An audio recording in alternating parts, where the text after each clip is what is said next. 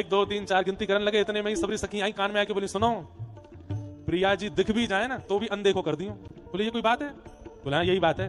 प्रिया जी दिख भी जाए तो भी अनदेखो कर दियो, कैसे हूं करके अब भी प्रिया जी ही जीतनी चाहिए, तुम मत जीती हो, नहीं तो देख लियो वंशी चली जाएगी तुम्हारी। और वंशी तो बहानो है, ठाकुर जी को इतनी प्रिय थोड़ी है, प्रिया जी से प्रिय थोड़ी है। 1 2 3 4 10 तक गिनती गिनी। प्रिया जी एक पहाड़ी के ऊपर एक वृक्ष के पीछे जाके छुपी, ज्यादा दूर नहीं गई। उनके भी मन में है कि श्याम सुंदर को ज्यादा श्रमित नहीं होना पड़े, मुकु नेक में ढूंढ ले। ठाकुर जी जैसी गिनती करके निकले हैं तो जहां प्रिया जी दुबकी हैं वहीं ठाकुर जी जा रहे हैं। तो जैसे ही जान लगे तो प्रिया जी को जो घेरदार लहंगा है, प्रिया जी की जो ओढ़नी है, वो वृक्ष के एक किनारे से दिखाई दे गई ठाकुर जी को। जैसे ही दिखी ठाकुर जी को, सोई ठाकुर जी ने अपनी दिशा बदल ली, बोली यहाँ प्रिया जी कहीं आना जानो।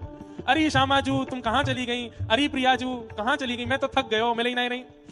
तो प्रिया जी को लगी कि बेचारे बहुत थक गए हैं, मैंने एक और बाहर आ जाऊं तो इनको दिख जाऊंगी।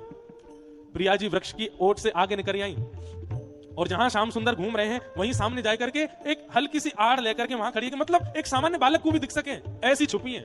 लेकिन ठाकुर जी ने जैसी देखी, अरे ये तो वहां तो यहाँ आ गई, जैसे देखी सोई घूम गए। अरे प्रिया जी तुम कहां चली गई? मुंह को तो मिल ही नहीं रही है। अरे भैया या खेल में तो निपुण आप ही हो, मैं तो हार मानना हूं अपनी।